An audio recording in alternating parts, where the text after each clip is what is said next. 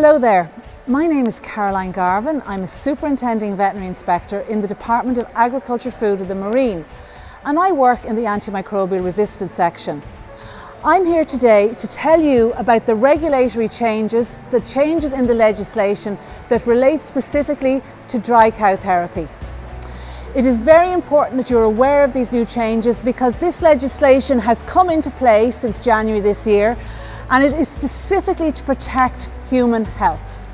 This legislation is there to protect human health against antimicrobial resistance. What is antimicrobial resistance? It's antibiotic resistance. It means the antibiotics that we depend on, that our animals depend on to treat disease, are no longer as effective as they used to be because they have been overused. So, what this legislation is saying is that we need to reduce our use of antibiotics in animals, and in particular around mastitis control, particularly at drying off. So you will all be familiar with this term blanket dry cow therapy. What blanket dry cow therapy means is you treat all the cows. But the new legislation is saying you cannot approach cows in the same way. You can only treat them when they absolutely need an antibiotic tube at drying off. So it's about a selective approach, which means you look at each cow individually. You are no longer looking at the whole herd. You have to look at each cow and decide, does she need a tube? Is she at risk of mastitis now or during the dry period? And if so, she may need a mastitis tube. However, it's all about looking to see which cows will be okay with just a teat sealer.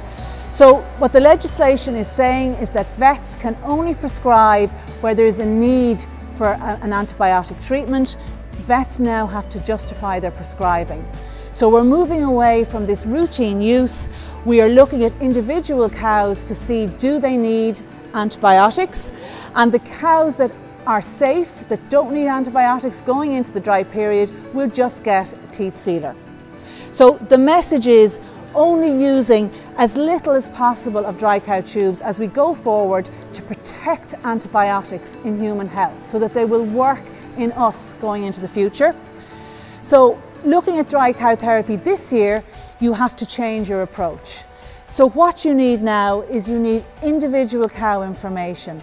Many farmers are already getting this through their milk recording or through the robotic milking, but now everyone needs to have this individual cow information. So if you've done milk recording, you will have hopefully 4 to 6 readings over the year, and that information will let you identify which cows need treatment and which don't. You will also need to have records of all mastitis cases during the year and any previous issues that you've had in your herd.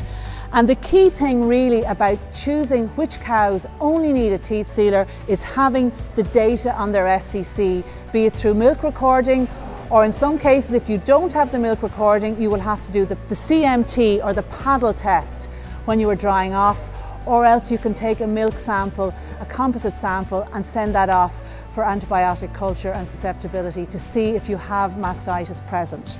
So the message is, you look at each cow individually, you get the information, and finally, if you don't have the information this year, if you're not milk recording, you may still have to tube all your cows. And you will be prescribed dry cow tubes this year to protect animal health and welfare. But next year, you cannot be in the same position. You have to move to a place where next year you're controlling mastitis better, and that next year you will be able to not use tubes in all your cows. So this new legislation is a challenge, and you need to talk to your vet, you need to talk to your Teagasc advisor, you need to talk to your co-op about how you can best meet the requirements. It is about working together, but the most important thing to think of is by reducing your use of antibiotics, you are protecting human health. You're protecting your own health, your family's health, and everyone's health into the future. Thank you for listening.